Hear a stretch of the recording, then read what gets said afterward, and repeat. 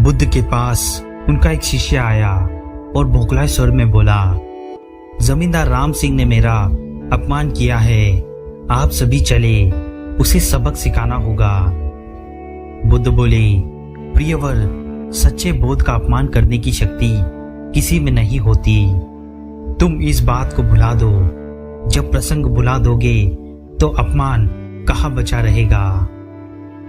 शिष्य ने कहा, उसने आपके प्रति भी अपशब्दों का प्रयोग किया था।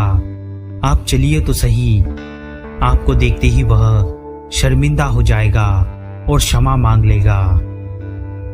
इससे मैं संतुष्ट हो जाऊंगा। बुद्ध कुछ विचार कर बोले, अच्छा, यदि ऐसी बात है तो मैं अवश्य ही राम जी के पास चलकर उसे समझाने का प्रयास करूंगा। शिष्य ने आतुर होकर कहा, चलिए, नहीं तो रात हो जाएगी। बुद्ध ने कहा, रात आएगी तो क्या, रात के पश्चात दिन भी तो आएगा।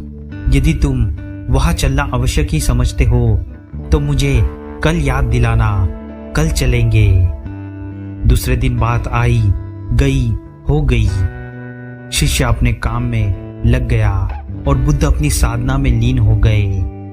दोपहर होने पर बुद्ध ने शिष्य से पूछा, आज राम जी के पास चलना है? शिष्य ने कहा, नहीं, मैंने जब घटना पर फिर से विचार किया तो मुझे इस बात का अभ्यास हुआ कि भूल मेरी ही थी।